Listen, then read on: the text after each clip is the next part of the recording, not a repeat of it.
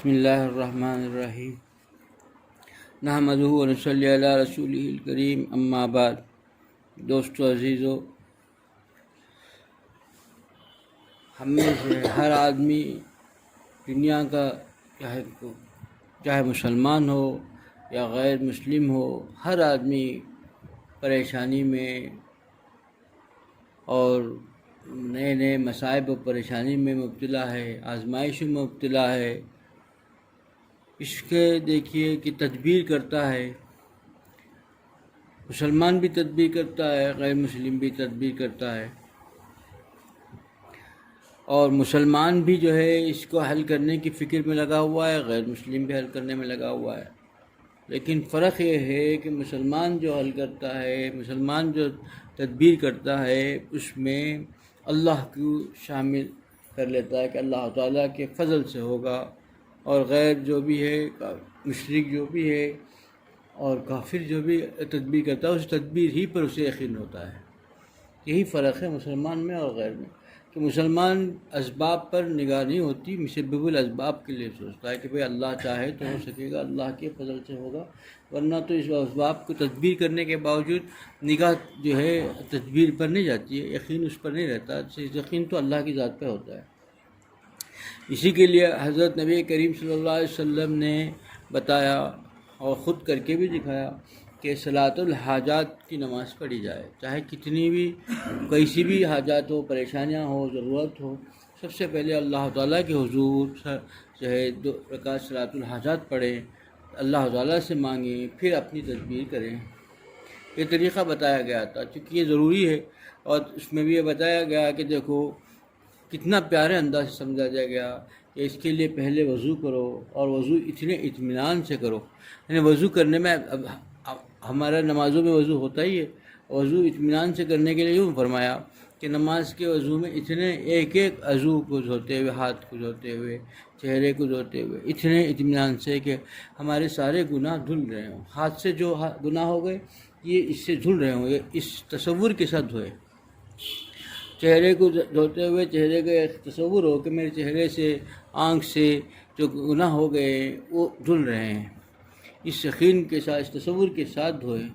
اطمینان کے ساتھ کریں، پھر 2 رکعت نماز پڑھیں، اور پھر اللہ سے مانگیں۔ اور مانگنے میں بھی بتایا گیا کہ بھئی دیکھو پہلے یہی اٹھاتے ہی فوراً اگر کسی مانگنے لگ گیا، جو حاجت مانگنے لگ گیا، تو پتہ نہیں اب جو ہے شکایت کر بیٹھے گا، بجائے اللہ تعالیٰ کا قرب حاصل کرنے کے، اللہ تعالیٰ کی محبت کو چھین لینے کے، اللہ تعالیٰ کے ساتھ تعلق پیدا کر کے، اللہ سے گڑ گڑا کے اللہ کو متوجہ کرنے کے، اور جو ہے الٹا جو ہے اللہ تعالیٰ کو ناراض کر بیٹھے گا۔ اس لیے فرمایا گیا ہے کہ پہلے اللہ کی نعمت، اس وقت پریشان ہے انسان، 2 رکعت صلاۃ الحاجات پڑھ کر کے اللہ سے ضرورت مانگنے بیٹھا ہے، لیکن اس وقت بھی ہزاروں نعمتوں میں ڈوبا ہوا ہے۔ اس وقت جو بیٹھا ہوا ہے، اس وقت کتنے نعمتیں اس پر ہو رہی ہیں، اللہ تعالیٰ کتنا نعمتوں میں ڈوبا رکھا ہے اس وقت بھی، تو اس نعمتوں کے لیے پہلے اللہ کا شکر بجا لائے، کہ اللہ تعالیٰ کا شکر بجا لانے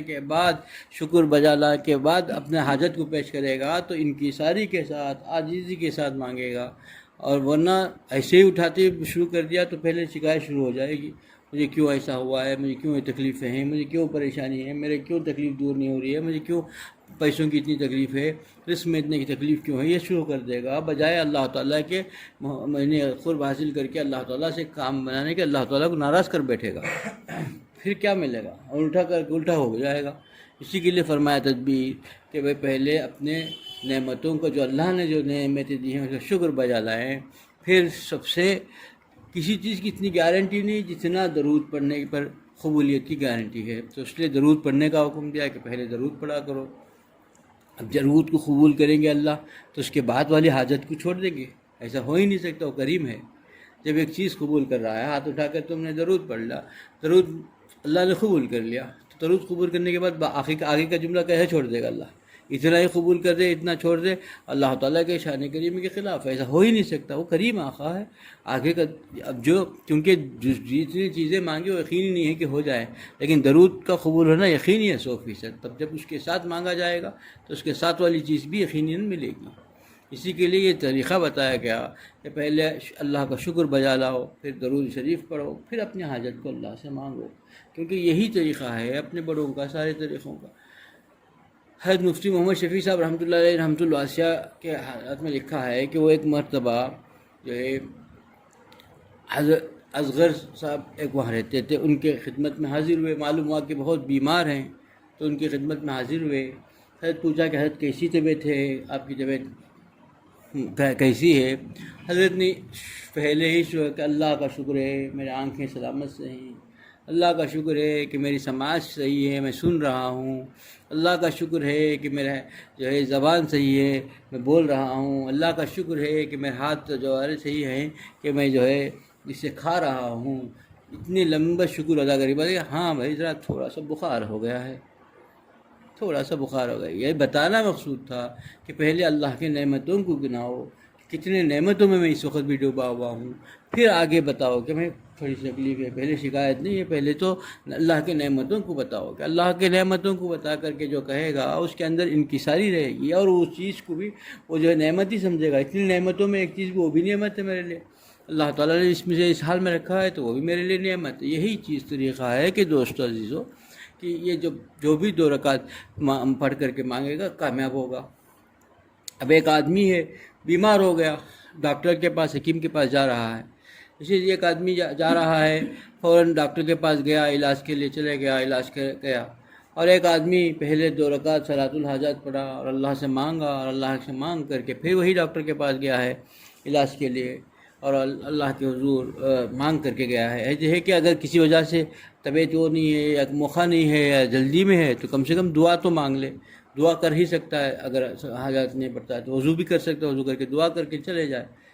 اب بتاؤ کہ ایک آدمی بغیر اللہ سے مانگے وہی ڈاکٹر کے پاس گیا ہے، اور ایک آدمی اللہ سے مانگ کر کے اسی ڈاکٹر کے پاس گیا ہے، تو ہم کو یقینی بات یہ 100% یقین ہے کہ اللہ کی مدد کس کے ساتھ ہوگی؟ اللہ سے سب سے پہلے مانگ کے گیا ہے، شفا دینے والی ذات تو اس کی ہے، اور جو ہے اس پریشانی سے حل کرنے والی ذات تو اس کی ہے، اس کی سوا کوئی نہیں ہے۔ اسی لیے بتایا گیا، حضور اکرم صلی اللہ علیہ وسلم نے یہ جو صلاۃ الحاجات پڑھنے کے لیے بتایا گیا کہ ہمارا مشکل کشا تو خدا ہے، تو مشکل کشا سے کریں گے مشکل ہماری دور ہوں گی۔ حاجت روا تو خدا ہے، تو حاجت روا سے پوچھیں گے تو حاجت روا دور ہوگی، تو پہلے اس کی طرف رجوع ہو جائیں اور پھر جا کر کے پھر اپنے تدبیر کریں۔ تدبیر کرنا ضروری ہے، تدبیر کر لیں، لیکن پہلے اللہ تعالیٰ پر مسبب الاسباب پر جو تدبیر کو بروکار لائے گا اس کو پہلے پکار لو، اس کے بعد اپنی تدبیر بھی کر لو۔ تدبیر سے اللہ تعالیٰ، چونکہ 2 طریقے ہوتے ہیں، کچھ چیزیں ہوتی ہیں کہ وہ براہ راست اللہ سے تعلق ہوتی ہے، جیسے اولاد ہے، اولاد تو صرف خدا ہی دے سکتا ہے، اور تو پھر اس کے اللہ تعالیٰ سے مانگنے کی ہے۔ اور کچھ چیزیں ہوتی ہیں جیسے کہ رزق ہے، روزی ہے، یہ کسی کے ذریعے سے، مخلوق کے ذریعے سے اللہ پہنچاتے ہیں، لیکن پہنچاتا وہ بھی خدا ہی ہے، تو یہ ذریعہ ہے آدمی، تو پھر اللہ ہی سے مانگنی ہے۔ تو جو بھی ہماری ضرورتیں ہیں، چاہے کسی قسم کے براہ راست خدا سے تعلق رکھتے ہوں یا پھر مخلوق کے ذریعے سے، اللہ تعالیٰ مخلوق کے ذریعے سے ہم کو پہنچاتے ہوں، لیکن یہ 2 بھی اللہ ہی کے ذریعے ہے، تو اللہ سے پہلے وہ مانگنی چاہیے، اور اس کے لیے صلاۃ الحاجات ضروری ہے۔ پہلے زمانے میں کچھ بھی ہو جاتا تھا، پریشانی آتی تھی، تو سب سے پہلے صلاۃ الحاجات پڑھ کر کے اللہ سے مانگے جاتے تھے۔ آج یہ بالکل ختم ہو گیا، ہمارے گھروں میں آج جس کا نام ہی نہیں ہے، سنتے کبھی صلاۃ الحاجات جو ہے سال میں ایک بار کبھی پڑھ لیا تو پڑھ لیا کسی وقت، وہ بھی کسی عیدین میں کبھی ہو، رمضان میں کبھی پڑھ لیا تو پڑھ لیا، صلاۃ الحاجات کا ہے ہی نہیں، جبکہ ہر حاجت کے لیے ہے حکم، ہر دن کے لیے حکم ہے کہ ہر دن صبح ہو جائے تو اللہ تعالیٰ سے صلاۃ الحاجات پڑھو، کیونکہ ضروری ہے کہ آج دن پتہ نہیں کیسے گزرے۔ اللہ سے پہلے مانگ کر کے دن کی شروعات کرو، کہ اللہ تعالیٰ سے مانگ لیا جائے کہ اللہ عافیت کے ساتھ جو ہے اپنی خوشنودی کے ذریعے سے آج کا دن مکمل کرا دے۔ یہ اللہ سے مانگنی چاہیے۔ یہ طریقہ ہم پہلے کے زمانے میں وہی تھا، آج سے 100 سال پہلے دیکھیں ہر گھر کے اندر صلاۃ الحاجات کا معمول تھا، ہر فرد کرتا تھا۔ آج تو بالکل کہیں کسی کے ذریعے ہوتا ہے، بہت کم ہو رہا ہے۔ آج ہمارے حاجتوں خود اپنا ہی حل لے بیٹھے ہوئے ہیں، ہمارے پریشانیوں کو خود حل کرنے بیٹھے ہوئے ہیں، اللہ تعالیٰ کو حاجت روا سمجھ کر کے، مشکل کشا سمجھ کر کے، تو اللہ تعالیٰ سے مانگتے تو پہلے اللہ دور کرنے کی یہ کرتا، اللہ ہی دور کر سکتا ہے، لیکن یہ جانتا ہوا بھی، سنا ہوا بھی، معلوم ہو کر بھی کتنی غفلت ہے ہم کو کیونکہ یہ حالات دیکھتے، دنیا کو دیکھتے، روز روز پیپروں میں پڑھتے ہیں، سنتے ہیں اخبارات، تو اسی پر لوگ جیسے تدبیر کر رہے ہیں، جو کفار کر رہے ہیں اسی پر مسلمان بھی کرنے لگا۔ آج پریشانیوں کا حل خود اپنا ڈھونڈ رہا ہے، نہیں ڈھونڈ سکتا، ہو ہی نہیں سکتا، ہو جائے تو بھی گارنٹی نہیں ہے۔ مثال کے طور پر کوئی پریشان ہے شادی کے سلسلے میں، شادی ہو بھی جائے بغیر اللہ سے مانگا نہیں تو رو رو کے صلاۃ الحاجت پڑھ کے اللہ سے مانگ رہا ہے، تو اللہ تعالیٰ جو طے کرے گا بڑی آفت کا ہوگا۔ اگر اس کے بغیر اگر حاجت پوری ہو رہی ہے تو کوئی گارنٹی نہیں کہ وہ نبھے گی بھی نہیں نبھے گی، گارنٹی ہے ہی نہیں اس میں۔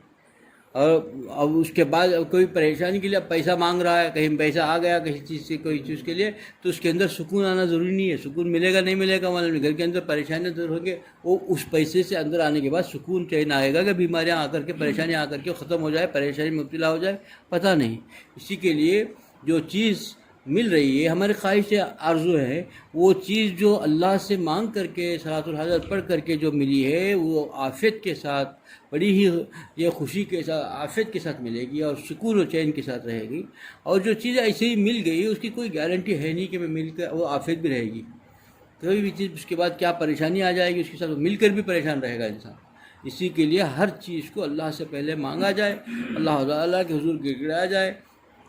اللہ تعالیٰ سے مانگ کر کے یہ معمول بنانا چاہیے ہمیشہ ہر آدمی کہ اپنے گناہوں سے حفاظت کے لیے بھی اللہ سے مانگے، اپنے حاجتوں کے لیے بھی، دنیاوی حاجتیں ہو کہ آخری حاجت ہو، دنیا آخرت کی بھی حاجت ہو، جو چیزیں ہی پہلے 2 رکعت صلاۃ الحاجت پڑھ کر کے اللہ سے مانگیں، اللہ تعالیٰ کے سے مانگے گا، بندے کی نگاہ اللہ کی ذات پر ہوگی تو سب کچھ نصیب ہوگا، عافیت بھی نصیب ہوگی، صحت بھی نصیب ہوگی، سکون بھی ملے گا، مال بھی ملے گا، بڑی چین والی زندگی رہے گی۔ ہم یہ سب چھوڑ کر کے اپنی تدبیر کر رہے ہیں، اپنی سب تدبیروں پر ہی اپنا پورا اکتفا کر رہے ہیں اور اسی پر بھروسہ کر رہے ہیں، یہ مسلمان کے لیے زیبا نہیں ہے، یہ تو غیروں کا طریقہ ہے، کفار کا طریقہ ہے، جو اللہ کو نہیں مانتا ان کو لوگوں کا طریقہ ہے کہ اسباب پر چل رہے ہیں۔ ہم اسباب پر نگاہ نہیں، اسباب تو کریں گے لیکن اسباب پر نگاہ نہیں، مسبب الاسباب پر، اسباب پر کوئی نگاہ نہیں، ہو جائے کوئی یقین ہے، کام کرنے کا تو کر جائے لیکن اللہ نے چاہا تو ہوگا، اللہ سے مانگنی چاہیے کہ اللہ میرے لیے کام کرا دیجیے،